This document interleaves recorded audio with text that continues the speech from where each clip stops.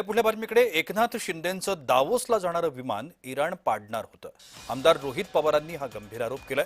व्हीएसआर कंपनीच्या बेजबाबदारपणामुळे हा प्रसंग ओढवल्याचं रोहित पवारांचं म्हणणं आहे. परवानगीशिवाय हद्द ओलांडल्यामुळे ही धमकी देण्यात आली होती. रोहित पवारांनी पत्रकार परिषदेमध्ये ही गंभीर माहिती देखील दिली. बहरीनवरून झुरिचला हे विमान निघालेलं होतं असं देखील रोहित पवार म्हणाले. इराणनंतर इराकनंही शिंदेंचं विमान पाडण्याची धमकी दिल्याचं रोहित पवारांनी म्हटलंय.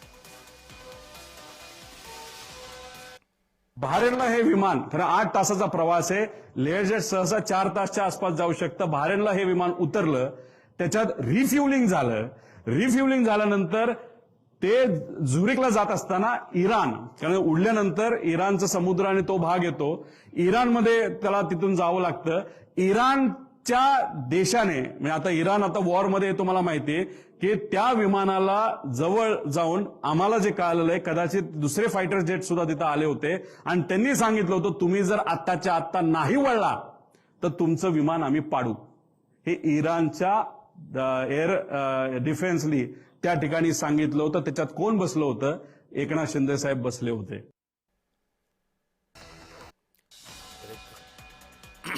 गंभीर आरोप या पत्रकार परिषदेमधून रोहित पवारांनी केला.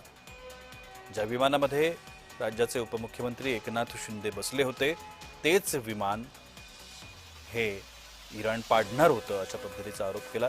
व्हीएसआर कंपनीलाच रोहित पवारांनी या प्रकरणामध्ये जबाबदार धरलं. दावोसला जाणार हे विमान होतं आणि ज्यामध्ये राज्याचे उपमुख्यमंत्री एकनाथ शिंदे प्रवास करत होते.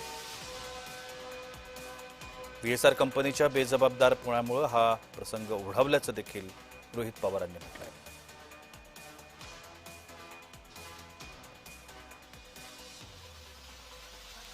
एकनाथ शिंदेंचं दावोसला जाणारं विमान इराण पाडणार होतं अशा पद्धतीचं वक्तव्य आजच्या पत्रकार परिषदेमध्ये रोहित पवारांनी केलंय. आणि या संपूर्ण प्रकरणाला व्हीएसआर कंपनी जबाबदार असल्याचं रोहित पवारांनी म्हटलं.